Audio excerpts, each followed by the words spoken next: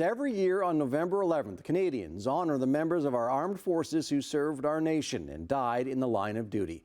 Here in Hamilton, thousands of people from across the region paid their respects at a special Remembrance Day service held at the Canadian Warplane Heritage Museum. Maria Saru was there and has the story.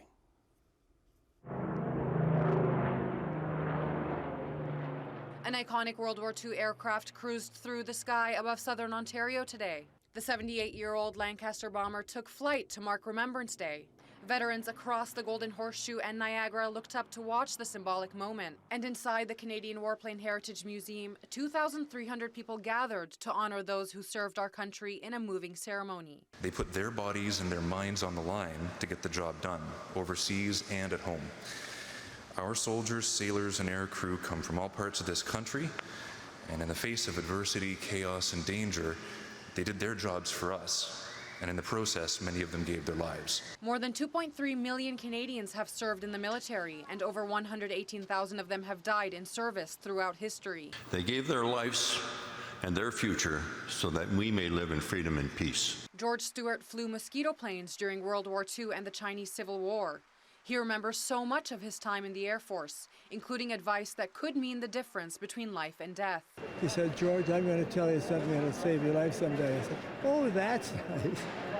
He says, "When you're flying this Mosquito, get your power up and take off as fast as you can." The muscle memory that kept him alive comes back to him when he recalls aiming down the runway, pushing up the power to 2,000 revolutions per minute, and then Simultaneously, as I released the brakes and pushed the stick forward and the power to the gate, I went full right rudder to stop the left turn, and I flew the whole war like that. Sylvia Morgan served as a student nurse at Middlesex Hospital during the Second World War. I did have the experience of seeing one plane go into the water, and that is a terrifying sight. You never want to see it again.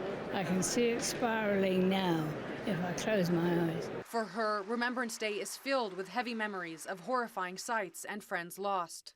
Remembrance Day means not seeing the people you knew before. The veterans and members of Canada's armed forces who I spoke with today all shared a similar sentiment. It doesn't take much time or effort to honor the people who served and continue to serve our country, but it goes a long way. Just do your part, show up to Remembrance Day ceremonies once a year. Like, it's not hard to show up once a year, and do more if you can.